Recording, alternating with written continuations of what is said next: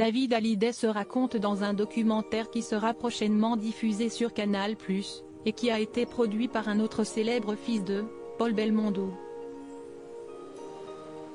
Ce mercredi 29 mars, les deux hommes étaient les invités d'Anne-Elisabeth Lemoine sur le plateau de C'est à vous pour en parler.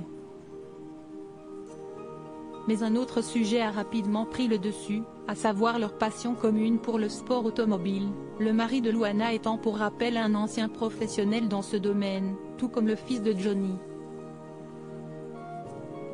David Hallyday n'est en effet pas en reste non plus lorsqu'il s'agit de manier une voiture de compétition. Il a déjà participé au mythique 24 heures du Mans à 8 reprises.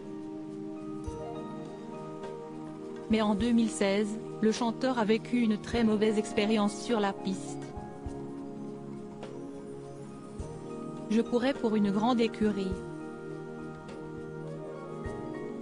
On menait la course, dans notre catégorie, jusqu'à 6 heures du matin. Et là, il avait plu. Donc j'ai appelé à la radio pour faire changer les pneus. On m'a dit qu'il fallait que je reste derrière au moins 2-3 tours.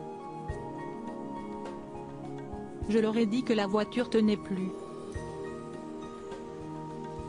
Je leur ai dit que j'allais me planter, et je me suis planté. Je m'en suis voulu de ne pas avoir contredit la décision, a-t-il raconté.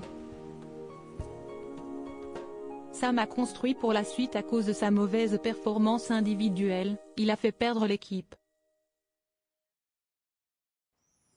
Un échec qu'il a vécu comme un traumatisme pendant un long moment, lui qui n'a jamais caché son esprit de compétiteur.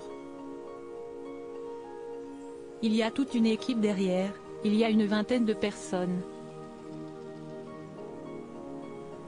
J'en ai fait des cauchemars, a-t-il ajouté, avant de relativiser et de relever le positif de cette course, ça m'a construit pour la suite. Aujourd'hui, je regarde ça comme une expérience par laquelle il fallait passer. Un traumatisme qui semble donc désormais derrière lui. À noter que sur Europe 1 et là aussi dans le cadre de la diffusion du documentaire qui le met à l'honneur, le fils de Sylvie Vartan s'est exprimé ce mercredi plus tôt dans la journée sur sa relation avec son célèbre père, notamment lorsqu'il était enfant. On ne se voyait pas souvent, il était souvent en tournée, donc pour essayer d'équilibrer les choses sur son manque de présence, il était venu un jour avec un énorme paquet. Dans ma tête de gamin, je pensais que c'était un truc mauvais, je pensais qu'il allait m'envoyer sur la lune, je ne voulais pas ouvrir le paquet, mais ce n'était évidemment pas ça, s'est-il notamment souvenu.